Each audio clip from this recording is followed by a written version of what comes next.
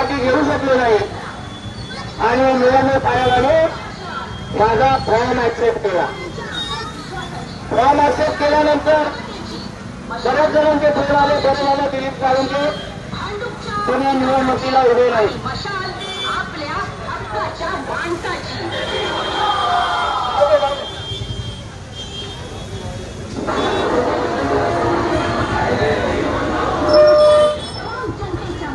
अंतर्वादी समितीमधून जेव्हा हा सूचना मिळाली की आपण निवडणूक लढू नका, मी गप्प बसलो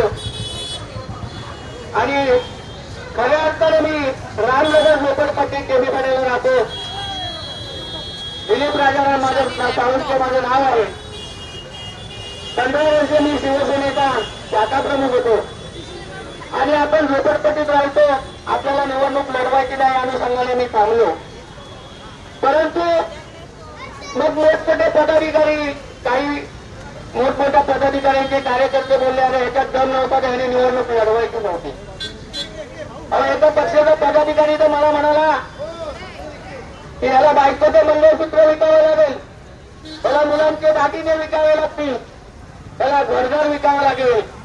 हा काय निवडणूक लढणार? मित्रांनो, बंधू भगिनीने, म्हातारो, माझ्या जागी तुम्ही असतात तर काय विचार केला असता?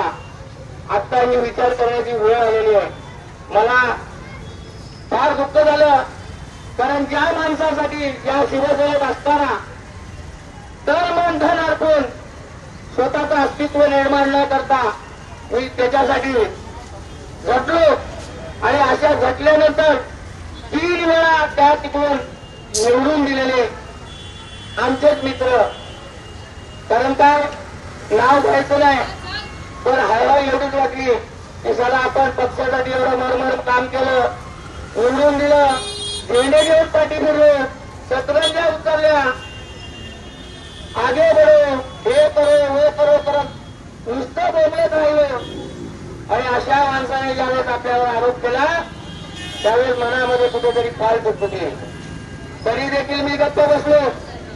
पण बंधू भगिनीला मात्र तुम्हाला सांगायचंय की हे जेवढे रिक्षावाले, जेवढे बाईकवाले, मोटरसायकलवाले आणि जेवढे माझ्या पाठीशी उभे आहेत त्यांनी मला येऊन धीर दिला, सांगितलं बाबा तू आमचा दादा आहे, तू सगळ्यांच्या सुखात कमी जातो पण जेव्हा जेव्हा बघतो तिथे दुःखात जास्त जातो, त्याची जाण आहे तुला. तर मन धन आम्ही तुमच्यासाठी अर्पण करू दादा. तुम्ही आता माघार यायची नाही, तुम्हाला लढायचंय. तुम्हाला लढायचंय म्हटल्यावर मला थोडासा धीर आला, छाती दाटून आली की या आपल्या खिशात काही नसताना जर आपली ही माणसं, आपल्या बरोबरची माणसं जर आपल्याला बोलतात, धीर देतात, तुम्ही लढा. म्हणून मी लढायला लागलो. लढायला लागत असताना देखील माझ्याकडे 6 दिवस बाकी होते. मला सांगण्यात आलं तुम्हाला गॅस तिकडी निशाणी दिले, 8 नंबरचं बटन दिलं. परत 2 दिवसांनी फोन केला, अरे सॉरी आमच्या हातून चुकी झाली, 8 नंबरचं बटन नाही, तुम्हाला लॅपटॉप दिला आणि 9 नंबरचं बटन दिलं.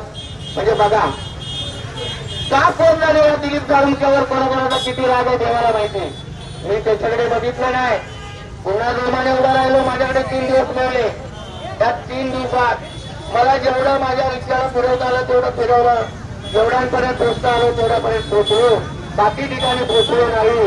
पण एक माझ्या मनाला सुखद धक्का सगळ्यांनी दिला की ही निवडणूक लढवण्यासाठी पैसा लागतो, पैसा लागतो. पैसा असेल तर निवडणूक लढवली जाते. कारण माझ्या आईने मला फक्त एवढं शिकवलं. माझ्या आईला झुंबरताई म्हणतात, तिचं नाव शकुंतला राजाराम साळुंखे, शिवसेनेची वाघीण होती ती, अशी माझी आई होती. तिने मला शिकवलं तुला राजकारण करण्यासाठी मी आणलं नाही, तुला समाजकारण करायचंय.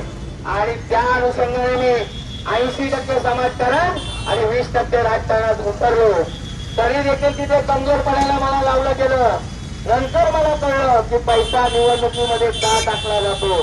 कारण पैसा टाकल्यानंतर निवडून येणारी लोक 80% राजकारण करतात आणि 20% समाजकारण करतात आणि ह्या जनतेची दिशाभूल करतात. एवढं लक्षात असू द्या मित्रांनो. पण मला हलक्यात देऊ नका. दिलीप साळुंकेमध्ये नाव आहे. मला अंशात घेऊ नका. मी झुंबरताईच्या तालमी शिकलेलो आहे. झुंबरताईंबरोबर राहिलेलो आहे. एवढंच नाही, बाळासाहेबांनी मला ज्वलंत विचार दिले. राज ठाकरे साहेबांचा धक्का अंगार माझ्यामध्ये आहे. गोपीनाथ मुंडे महाजनांची भाषणं मी ऐकलेले. त्यामुळे थोडाफार वक्तृत्व माझ्याकडे पण आहे. हे कुणी विसरता कामा नये. म्हणून मी सांगतो, लक्षात ठेवा, हीच वेळ आहे. आपण राग येईल तुम्हाला, मी कसं बोलतो, आपण गाढवा नाही, आपण विकणारे नाहीत. पण आता तुम्ही बघताय, तीन उमेदवार दिग्गज रुपये पाण्यासारखा पैसा खर्च करतायत. मोठमोठ्या सभा लावतायत. सभा लावण्यासाठी त्या महागाईमुळे आज आपल्याला 300-400 रुपयापर्यंत त्यांना घेऊन जावं लागतं त्या सभेला. आणि त्या सभा अशा लावतात की तो म्हणतो मीच निवडून येईल, मीच निवडून येईल, मी. अरे बाबा, तुम्ही सगळे निवडून या. फक्त मी एवढं सांगेन की मी तुमचा छोटा भाऊ आहे. काही बोलताना चुकलं तर माफ करा. तुम्हाला ही जी विनंती आहे, तर येणाऱ्या 20 तारखेला माझं 9 नंबरचं बटन आहे. लॅपटॉप माझी निशाणी आहे. त्या लॅपटॉपवर जेवढ्याला जमता येईल तेवढ्यांनी शिक्का मारून मला भले मी निवडून नाही आलो तर चालेल, पण माझ्या डिपॉझिट जप्त नाही झाले एवढी माझी आशा आहे.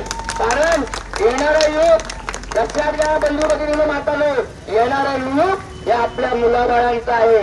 कम्प्युटर युग येणार आहे हे तुम्हाला माहितीने आलेलं आहे. म्हणून मी लॅपटॉप निशाणी निवडलेले आहे. यातून त्या विद्यार्थिनींनी बोध घ्यायचा आहे, दैवाशांनी बोध घ्यायचा आहे आणि येणाऱ्या 20 तारखेला त्या लॅपटॉप निशाणीवर शिक्का मारून मला विजय करायचा आहे. बोलताना राग येऊन नका. बोललो असेल चुकीचं काही तर माफ करा. आणि तूर्त इथंच सांगतो, जय हिंद, जय महाराष्ट्र, जय हिंद.